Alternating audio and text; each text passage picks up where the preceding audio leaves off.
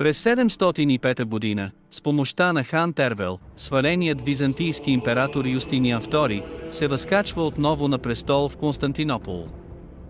Императорът удостоява хана с престижната титла кесар и дава на България плодородната област Загоре.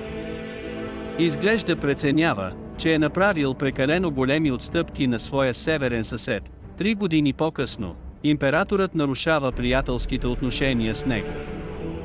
Той прехвърля конна войска в Тракия, а другата част от армията качва на кораби и се отправя към Анхиело, днешно Поморие.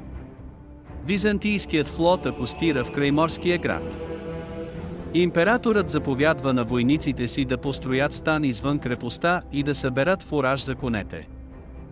Предупреден от шпионите си за византийския поход, хан Тервел укрепя близките старопланински проходи, за да попречи на ромеите да преминат Балкана и да се насочат към Плиска. Българите, които заемат близките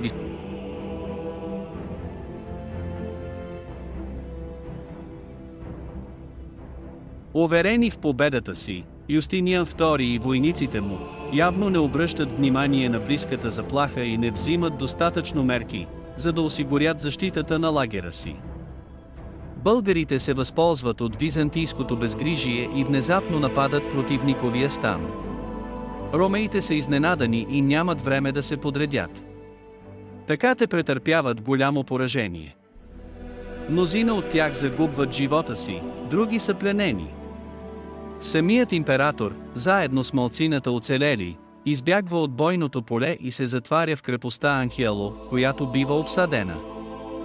На третата нощ, като видял настойчивостта на българите, императорът заповядва на хората си да прережат жилите на конете, като сам сторил това на коня си. Тази заповед била дадена, за да не могат противниците му да използват изоставените коне. След това нарежда да се поставят трофеи по стените и с остатъците от армията, се качва на корабите и отплава към Константинопол. Теофан свидетелства, че го направил тайно и пристига в столицата със срам. Заповедта за трофеите и до днес предизвиква разногласие между историците. Някои смятат, че с това, императорът иска да покаже, че все пак е победител, защото крепостта е непревзета, а други мислят, че така признава поражението си.